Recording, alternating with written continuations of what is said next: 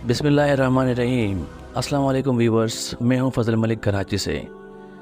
Viewers, आज के नौजवान नस्ल हॉलीवुड के फिक्शनल कैरेक्टर और सुपर हीरो से बहुत मुतासिर नज़र आती हैं।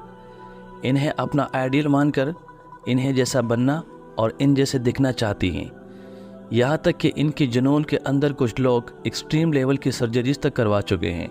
लेकिन असल हकीकत यह है कि ये तमाम सिर्फ फ़र्ज़ी किरदार हैं। पर इस्लाम ने हकीकत में इस दुनिया को कुछ ऐसे सुपर हीरोज़, जंगजू और वॉरियर्स दिए हैं जो मैदान जंग के अंदर जब अल्लाह अकबर कहकर उतरते थे, कोई भी शख्स ऐसा मौजूद नहीं होता था जो इनका मुकाबला कर सकते। पर अफसोस कि हमारी आजकल ज़्यादातर मुसलमान नस्ल शायद इनके नाम और इनके कारनामों से वाकिफ़ हों। आज के इस वीडियो में कुछ ऐसे ही नाकाबिल शिकस्त जंगजू सिपाहसालारों का जिक्र करेंगे जो कि मैदान जंग में अकेले हज़ारों के लश्कर पर भारी होते थे। सबसे पहले जिक्र करेंगे, नंबर 5 पे आते हैं Tariq bin Ziyad. Tariq bin Ziyad Berber नस्ल से ताल्लुक़ रखने वाले मुसलमान और बनु उमैया के जर्नेल थे। उम्वी हलीबा अब्दुल मालिक बिन मरवान के दौर के अंदर 711 ईस्वी में आज के दौर स्पेन के मसीही हुकूमत पर कब्ज़ा करके पूरे यूरोप पर मुस्लिम हुकूमत का आगाज़ किया, जो कि तकरीबन 800 सालों तक कायम रही। उन्होंने अपने फ़ौज के साथ कश्तियों पर शुमाली अफ्रीका के साहिल से जिब्राल्टर को पार किया और तमाम कश्तियों को जला देने का हुक्म दिया ताकि कोई भी सिपाही मैदान जंग से न भाग सके। तारिक बिन ज़ियाद इंतहाई ज़हीन और बहादुर सिपाहसालार थे। उन्होंने अपनी फ़ौज इसी पत्थर के करीब इकट्ठा किया जिसे आजकल तारीख़ में जिब्राल्टर की चट्टान या जबल तारिक कहलाया जाता है। पहली बार तारिक बिन ज़ियाद की फ़तह से इस्लाम यूरोप में दाखिल हुआ। जिब्राल्टर गुज़िश्ता 300 साल से बरतानिया के कब्ज़े में है और इसी बात स्पेन और बरतानिया के अख्तिलाफ़ात आज भी मौजूद हैं। और तारिक बिन ज़ियाद का नाम तारीख़ में अमर हो चुका है क्योंकि 2012 के अंदर बरतानिया के मरकज़ी बैंक ने जिब्राल्टर की हुकूमत के लिए 5 पाउंड का नोट जारी किया जिस पर तारिक बिन ज़ियाद की तस्वीर मौजूद थी, जो इस बात का इकरार था कि स्पेन की तारीख़ में तारिक बिन ज़ियाद आज भी अमर है और हमेशा रहेगा। वॉरियर नंबर 4 की बात करेंगे जिसका नाम है सुल्तान सलाहुद्दीन अय्यूबी। अल-नासिर सुल्तान सलाहुद्दीन बिन यूसुफ बिन अय्यूब, जो कि तमाम तौर पर सलाहुद्दीन अय्यूबी के नाम से जाने जाते हैं, अय्यूबी सल्तनत के बानी और सल्तनत के बुनियाद रखने वाले थे। अय्यूबी नस्ल कुर्द नस्ल के मुस्लिम ख़ानदान की हुकूमत थी जिसने 12 और 13वीं सदी के आगाज़ अय्यूबी नस्ल कुर्द नस्ल के मुस्लिम ख़ानदान की हुकूमत थी जिसने 12वीं और 13वीं सदी के अंदर मिस्र, शाम, यमन, दयार, बारका, मक्का, हिजाज और शुमाली इराक़ पर हुकूमत की।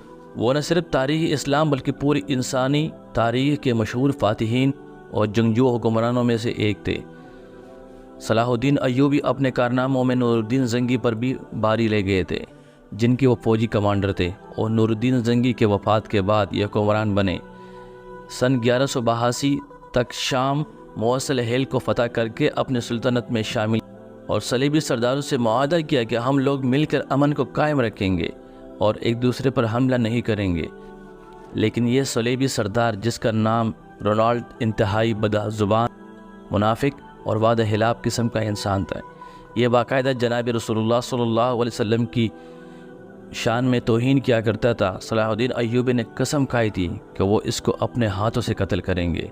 सन 1186 में इन तमाम सलीबी फ़ौजियों को साथ मिलकर एजाज मुक़द्दस पर हमला किया तो सुल्तान सलाहुद्दीन अय्यूबी ने हतीम के मकाम पर रोक कर बदतरीन शिकस्त दे दी थी, जिसमें 30,000 ईसाई मारे गए और तकरीबन इतने कैदी बन गए। सुल्तान ने अपने हाथों से रोनाल्ड का सर अपने हाथों से कलम किया और फिर बैतुल मुक़द्दस की तरफ बढ़ गए। मुसलसल एक हफ्ते की खूनरेज़ जंग के बाद सलेबियों ने हथियार डाल दिए और 88 साल के बाद फ़लस्तीन मुसलमानों के कब्ज़े में चला गया। सुल्तान सलाहुद्दीन अय्यूबी के अंदर जहाद का जज्बा कूट कूट कर भरा हुआ था और बैतुल मुक़द्दस की फ़तह उनकी ज़िंदगी की सबसे बड़ी ख्वाहिश थी और इन्हें फ़ातिह बैतुल मुक़द्दस भी कहा जाता है। और आखिर सन 1193 के अंदर दमिश्क में इंतकाल कर गए। यहाँ पर हम बात करेंगे वॉरियर नंबर 3 मुख्तार सकफ़ी। हाशिमी ख़ानदान से ताल्लुक़ रखने वाले मुख्तार सकफ़ी एक बहादुर हुक्मरान, जंगजू और ज़हीन इंसान थे। ان کے مقابلے میں کوئی ٹک نہیں پاتا تھا۔ ان کی بہادری کا خوف پورے عالم اسلام میں پھیلا ہوا تھا، اور مختار ثقفی ان چند حکمرانوں میں سے ایک تھے جنہوں نے بنو امیہ کے خلاف تلوار اٹھائی اور کربلا میں امام حسین علیہ السلام اور ان کے گھر والوں کی شہادت کا بدلہ اپنے ساتھیوں کے ساتھ چن چن کر ان کے ایک ایک قاتل کو قتل کر کے ایک سے بدلہ لے۔ سینکڑوں قاتلان حسین کو قتل کیا، جس میں شمر بھی شامل تھا، جس نے امام حسین علیہ السلام کا سر مبارک جسم سے الگ کیا تھا۔ اہل بیت سے ان کی محبت قابل رشک تھی۔ امام حسین علیہ السلام کو شہید کرنے والی فوجی کے کمانڈر عمر سعد اور عراق کے گورنر ابن زیاد کے سر کو جب زین العابدین کو بھیجا گیا، جو کہ بیماری کی وجہ سے شہید ہونے سے بچ گئے تھے، تو زین العابدین نے مختار ثقفی کے حق میں دعائے خیر فرمائی۔ ان کے والد کا نام ابو عبیدہ ثقفی تھا۔ مختار ثقفی عبداللہ بن زید سے شدید اختلافات کی بنیاد پر جنگ ہوئی۔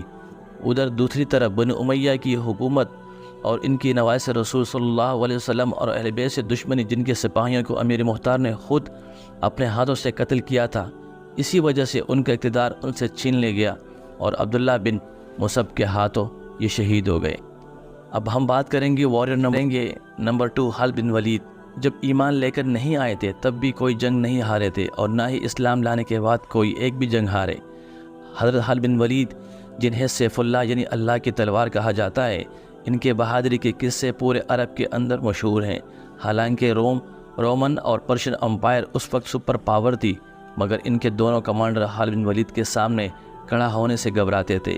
وہ ہمیشہ اپنے فوج کو فرنٹ سے لیڈ کیا کرتے تھے اور مخالف فوج کے بیچ میں گھس کر ان کو قتل کیا کرتے تھے۔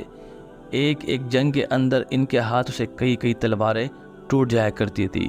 رومن اور پرشین امپائر کے لیے وہ ایک بہت ڈراؤنا خواب تھے۔ اللہ کے نبی صلی اللہ علیہ وسلم نے ان کو سیف اللہ یعنی اللہ کی تلوار کا لقب دیا تھا۔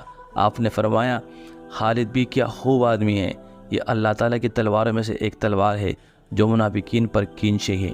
اب ہم بات کریں گے علی ابن ابی طالب واریر نمبر 1 کی۔